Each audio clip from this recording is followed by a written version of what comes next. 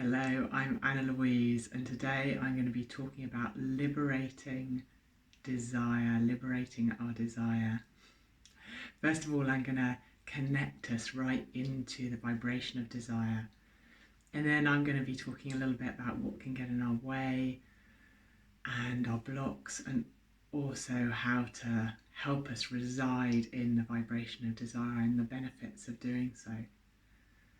So let's start by dropping into a vibration of desire. If you can close your eyes, and just with that word desire, allow the feeling of desire to enter your body,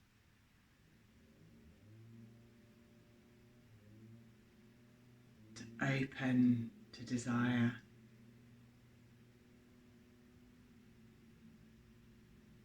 Open to spaciousness and possibility.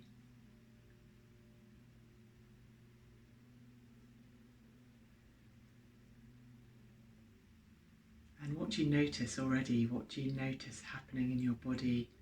Even saying the word, when I say the word and the invitation, it may be that you drop straight into that vibration easily, or maybe not. It may be that some resistance comes up, some pushback. Oh, no, I'm not sure that's for me, or I'm not quite sure how to access it. What's going on for you? Whatever's going on for you is what's true for you. It's all good information.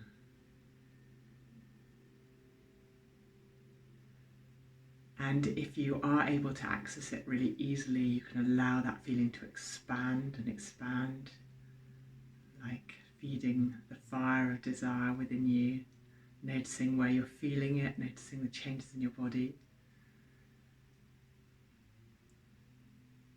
And if you're not able to access it, seeing whether there's something that can soften, like something, creating some simple entry point for yourself into desire. Maybe a favourite food,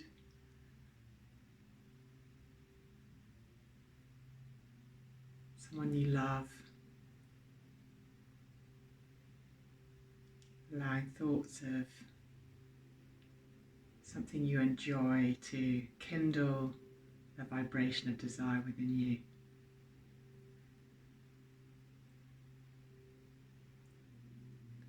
When I open myself to desire, like I feel a real vibrational sense around my chest area, I feel a real opening, my heart feels like it opens, it feels uplifting, it feels very expansive, it feels exciting. That excitement can turn into a little bit of a tightening, but I can just fall back into the opening and heart expansion in it, dropping out of that excitement, that slightly more tight energy. It's such a gorgeous feeling just to hang out in the sensation of desire itself and become really familiar with it. It's a practice I like inviting people into without any of the externals, not needing to take it anywhere, just being in it. And I think that's one of my first things I want to talk about, is reframing desire as, rather than something we're longing for from the outside, is something that is. So it is a state that is. It's a very full, expansive state, in its purest form, it's a very non-grabbing state. A friend described it yesterday really well. He said it's like it's really spacious and free, absolutely free, but there's also a magnetism. It's like there's a pull, there's a draw. and yet it's so unencumbered. And if we see desire in that way, in its true, free, unencumbered nature, I think it maybe drops out some of the negative qualities that desire perhaps sometimes is associated with. So this sense of craving or longing or possessing, attachment, all of those things which might come up for us when we talk about desire. This then leads me into talking about what I've just termed in the last few days responsible desire. Responsible desire sounds a little bit boring, doesn't it? Somehow the word responsible sounds a little bit boring. But actually, again, I think it's very liberating. Responsible desire to me is a sense that we can feel and live our desires in harmony with everyone around us and with the planet. There's been a lot of desire seeking that causes harm and is not respectful and is not in deep listening with that that's around us. But again, true desire, I think, doesn't seek to harm. Unadulterated desire doesn't want to harm. And when we connect to that true desire within ourselves, that respectful, loving, peaceful desire, well, it might not feel peaceful because it's got so much energy in it, but non-harming desire, that's where we can start dropping into life purpose, our passions, where we light up, where other people see us lit up and are inspired by our energy.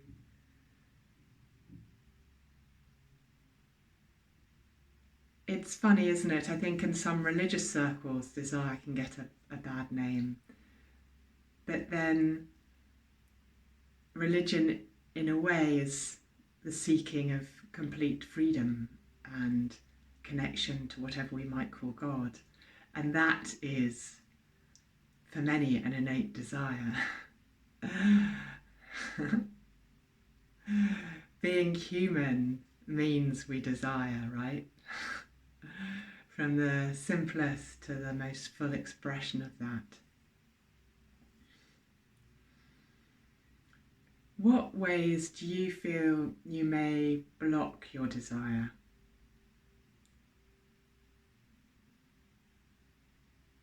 It may be there's some shame sometimes around really showing how much we want something and long for it. I think particularly that can happen in a relating scenario with others, when our heart feels really open and we don't want to show our level of vulnerability and our longing. There also might be a thread for many of us around not feeling worthy, not feeling good enough to really give permission for our desires. One that I hear a lot, which is really curious to me, is I hear a lot of people in the second stages of their life saying, oh, I've always wanted to learn X, Y, or Z. I've always wanted to do that, but now I'm too old. It's like they're using age as an excuse not to satiate the desire. And yet the people that I see who in later life are embracing their desire, the ones who are most alive and the ones who are most passionate. I hear of people starting to learn the piano at 88, or there was a lady doing a degree course in, I think it was English, in her 80s, and 80s I see as very young, by the way. I see it as, so full of life and vitality. Yeah, but I know that some people, even their 50s, I hear people say, oh, I'm a bit too old for that now. Like, Wow. So do you have that at all? Do you have an age thing running? Or what other things might be happening for you?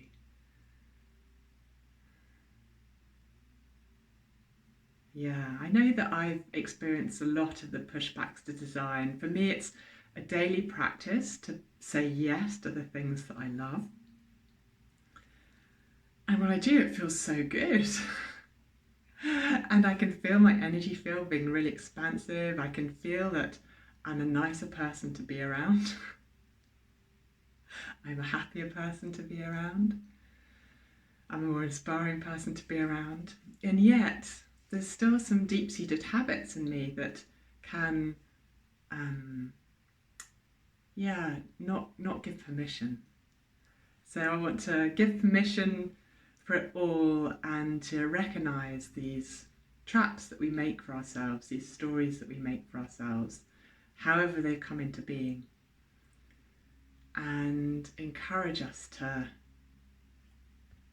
expand into our desire, own it without outcome. The beautiful thing about desire is it doesn't have to have an outcome to feel completely full and expansive and absolutely delicious.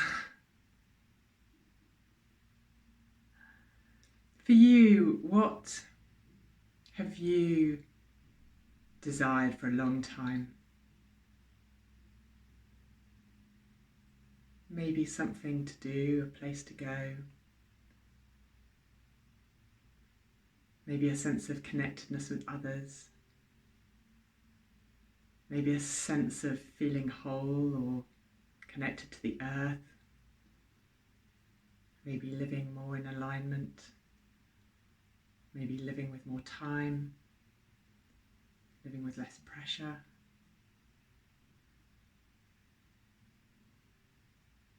Maybe a sense of wanting to give more. What are your desires? What lights up your heart?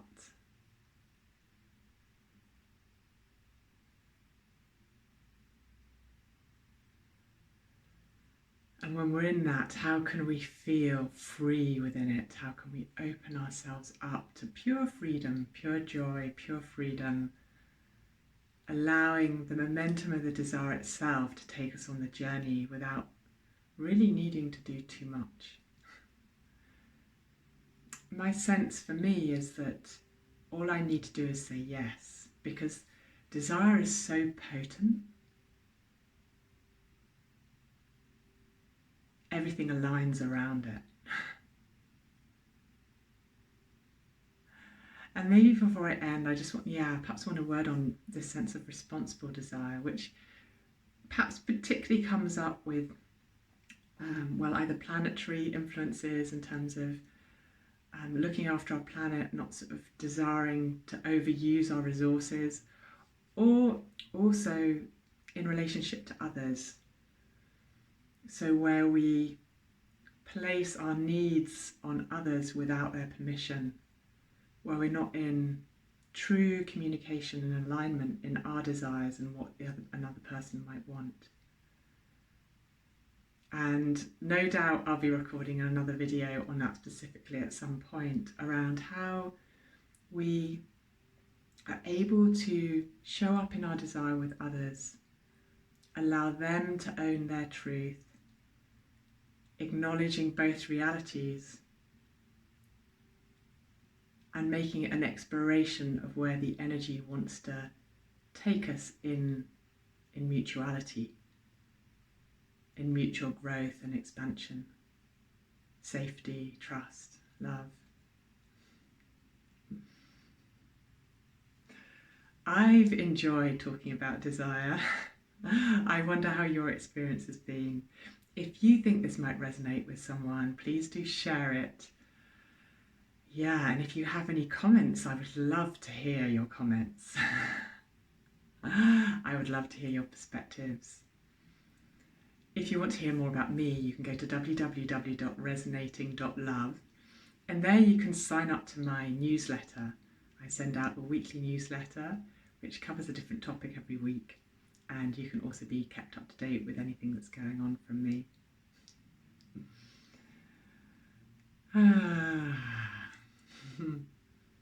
Sending you lots of love, inspiration, openness,